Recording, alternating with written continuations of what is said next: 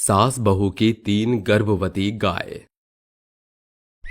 पहली किरण के साथ सूरज की रोशनी गांव को उजागर कर रही थी। तभी छबीली कहती है, पूरा गांव नींद से जाग चुका है, पर मेरी आलसी बहू अभी भी पलंग तोड़ रही है। कमरे में सो रही कामिनी के कानों में सास की आवाज एकदम साफ सुनाई दे रही थी। आप चाहे कितनी कोशिश कर लो सासू जी, मैं नहीं उठूंगी। अरे ओ आलस की मूरत, काम चोर, जिंदा भी है कि निपट गई? गुस्से से आग बबूला होकर कामिनी बाहर निकलकर कहती है, क्या हुआ सासू माँ? कौन सी आफत आ गई जो गला फाड़कर सुबह सवेरे कानों से खून निकाल रही है? सभी के घर की बहू 4 बजे उठती है और एक तू है जो महारानी की तरह टांग फैलाकर पसरी रहती है। पहले बेटी से बहू बनी, बहू से लक्ष्मी और लक्ष्मी से बाई बनकर रह गई हूँ। मेरे अंदर की लक्ष्मी बाई को मत जगाइए, वरना आपको आंगन की इसी मिट्टी में मिला दूंगी। फिर क्या था, दोनों सास बहू में जमकर भिड़ंत शुरू हो जाती है। अरे बहू है कि चंडालनी, कितनी बेरहमी से मेरे बाल नोच डाले। आपने भी कौन सा मेरी आरती उतारी है? हल्ला सुनकर दोनों के पति आंगन में आते हैं। सुबह सुबह क्या महाभारत शुरू कर दी दोनों ने? मैं कहती हूँ छोड़ो मुझे, आज मैं इस डायन की नाक काट दूंगी। मैं सतयुग की सीता नहीं जो तुम्हारे जुल्म सहूंगी सासू माँ। अब तो घर का बंटवारा होकर रहेगा। हो ही जाए बंटवारा, रोज रोज के कलेश से तो यही अच्छा है। फिर पंचायत की सभा में सभी जन इकट्ठा होते हैं, जहां सरपंच शूरवीर कहता है, कामिनी और छबीली, एक बार फिर सोच लो, जहां 4 बर्तन होते हैं तो वो आपस में बचते ही हैं। सरपंच जी, ये बंटवारा तो होगा, वो भी आज। घर के हर एक कोने से लेकर सामान, बर्तन, गहने इत्यादि का बंटवारा होता है। सभी चीजों के 2 हिस्से हो ही गए, तो लगे हाथ इन 3 गायों का बंटवारा भी कर दीजिए। इन 3 गाय के बंटवारे की नौबत नहीं आएगी, ये मुझे ही मिलेंगी। बंद करो तुम दोनों चूहे बिल्ली की तरह झगड़ना। इस वक्त तुम्हारी तीनों गाय गर्भवती हैं। इनके बचिया के जन्म तक इन गायों का बंटवारा टाला जाता है। तुम में से जो भी इनकी देखभाल सबसे अच्छे ढंग से करेगा, ये गाय उन्हीं के हिस्से में जाएगी। अगली सुबह मुर्गे की बांग के साथ दोनों उठ जाती हैं। अरे आज मेरे इस कुंभकर्ण बहू पर कौन सा भूत सवार हो गया है जो इतनी सवेरे दर्शन दे दिया? आप चाहे जितने पापड़ बेल लो सासू माँ, ये तीनों गाय तो मेरे हिस्से ही आएंगी। फिर दोनों एक साथ दूध की बाल्टी पर हाथ लगाती हैं। बाल्टी छोड़, हाथ पहले मेरा पड़ा था, नजर पहले मेरी पड़ी थी। उन तीनों गायों का दूध तो मैं ही निकालूंगी, आप उनका गोबर उठाइए, समझी? छबीली बिना किसी आनाकानी के हाँ कर देती है। सासू माँ के दिमाग में तो कोई खिचड़ी पक रही है। कामिनी खाली बाल्टी और छबीली गोबर की टोकरी उठाकर गौशाला पहुंचती है। लाली, तू तो मेरी एकदम सीधी गाय है ना, मुझे दूध निकालने देगी ना? कामिनी दूध की बाल्टी लगाकर जैसे ही दूध निकालने आगे बढ़ती है, गाय उसको जोर से दुलत्ती मारती है। हाय रे, मेरी कमर! ये तीनों गाय तो बड़ी मरखा है और चिड़चिड़ी हो गई है। तेरे जैसी लुगाई के बस की नहीं, एक साथ 3 गर्भवती गायों का दाना पानी गोबर करना। दूर हट। छबीली उन तीनों गायों को चारा खिलाती है और उनका गोबर उठाकर सारा गौशाला साफ करती है।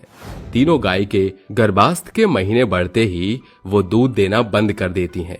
फिर छबीली कहती है, आज गौशाला को साफ सुथरा करने की जिम्मेदारी तेरी है बहू रानी।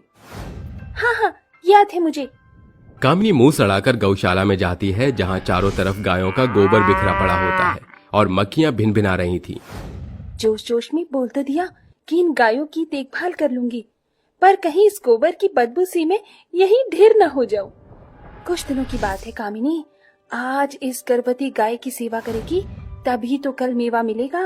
वो नाक सिकोड़कर पूरी गौशाला को साफ करती है और कहती है, अरे इन 3 गायों ने एक साथ गर्भवती होकर काम बढ़ा दिया है। इनके लिए चारा बनाने में घंटा भर लगेगा। सासू माँ से मदद भी नहीं ले सकती। कामिनी तीनों गायों को चारा खिलाती है और फिर उनको नदी में से पानी भरकर पिलाती है। समय गुजरता है।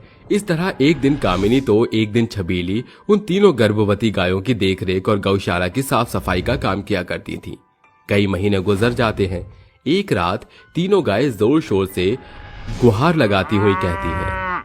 दोनों सास बहू वहां आकर कहती हैं, ये तीनों गायें तो बड़ी पीड़ा में दिख रही हैं।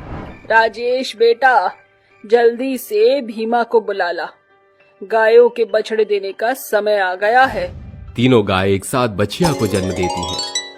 अरे मुबारक हो चैन सुख भाई साहब, तुम्हारे परिवार में 3 बच्चियां और बढ़ गईं। शुक्रिया भाई। फिर छबीली थाली पीटते हुए कहती है, जिसका मुझे था इंतजार, जिसके लिए दिल था बेकरार, वो घड़ी आ गई हाय। अरे माँ बंद करो ये टन, इसके शोरगुल से हमारी गायों की बच्चियां डर रही हैं। अरे छबीली बहन, इतनी उतावली मत होइए, अभी आपको इनके खान पान का खास ख्याल रखना होगा, वरना ये दूध नहीं दे पाएंगी। दोनों सास बहू गायों के बंटवारे के चाह में हर सवेरे उन्हें लेकर खेत खलिहान में चराने ले जाती हैं। लाली, मैंने तेरी बड़ी सेवा की है, बंटवारे में तो मुझे ही चुनना, ठीक है? छबीली की बात सुन लाली पूंछ उठाकर सिंग हिलाने लगती है। तुम इन गायों को चाहे कितनी भी पट्टी पड़ा लो सासू माँ, ये तीनों गायें तो मेरे ही बंटवारे में आएंगी। इनका दूध घी मलाई बेचकर मैं अमीर हो जाऊंगी और आपके हाथ लगेगा ठेंगा। कुछ दिन गुजरने के साथ दोनों कहती हैं, हमारी तीनों गाय ने बछिया को जन्म भी दे दिया और अब तो दूध भी करने लगी। अब जल्द से जल्द इनका बंटवारा करवाओ। ठीक है, मैं आज ही सरपंच को कह देता हूँ। अगली सुबह सरपंच के साथ पूरा गांव गायों के बंटवारे के लिए इकट्ठा होता है। सरपंच जी, अब जल्दी से इन गायों का बंटवारा कर दीजिए। तीनों गाय अपनी मर्जी से तुम में से जिसे भी सुनेगी, ये तीनों उसी के हक में जाएंगी। चैनसुख, गायों को ले आओ। चैनसुख गौशाला में खूंटे से बंधी गाय को खोलकर उनके सामने खड़ा कर देता है। अरे मेरी लाली, शीतल और काजल, मैंने तुम्हारी गर्भावस्था में खूब सेवा की है, मैं तुम्हारी असली हकदार हूँ। देखो, तुम मुझे ही चुनना। मैंने हर दिन तुम्हारी गौशाला को साफ किया, गोबर उठाया, तुम्हें दाना पानी खिलाया, नहलाया, धुलाया, मुझे ही चुनना। तीनों गाय पूंछ हिलाते हुए छबीली के पास आकर खड़ी हो जाती हैं। मैंने कहा था ना, ये गाय मुझे ही चुनेंगी। फिर वो तीनों गाय कामिनी के पास जाकर खड़ी हो जाती हैं। ये तीनों गाय तो आपका दिल रखने के लिए चली गई थी। अरे तुम्हारी असली मालिक मैं हूँ। इस गिरगिट के साथ रहकर तुम्हारे भी तेवर बदल गए। अरे तुम दोनों जानवर की बोली नहीं पढ़ सकत हो। कहा है कि ये गाय तुम दोनों के साथ रहेंगे चाहत है। एक बेजुबान जानवर परिवार को जोड़ने की इतनी कोशिश कर रहा है, इस जानवर को प्यार की भाषा समझ आ रही है, तो क्या तुम सभी रंजिश बुलाकर फिर से एक साथ खुशी से नहीं रह सकती? ये तीनों गाय तुम में से किसी एक के साथ नहीं बल्कि तुम दोनों के साथ रहना चाहती हैं। तीनों गायें जोर जोर से गुहार लगाती हुई सिर हिलाते हुए उन्हें चाटने लगती हैं।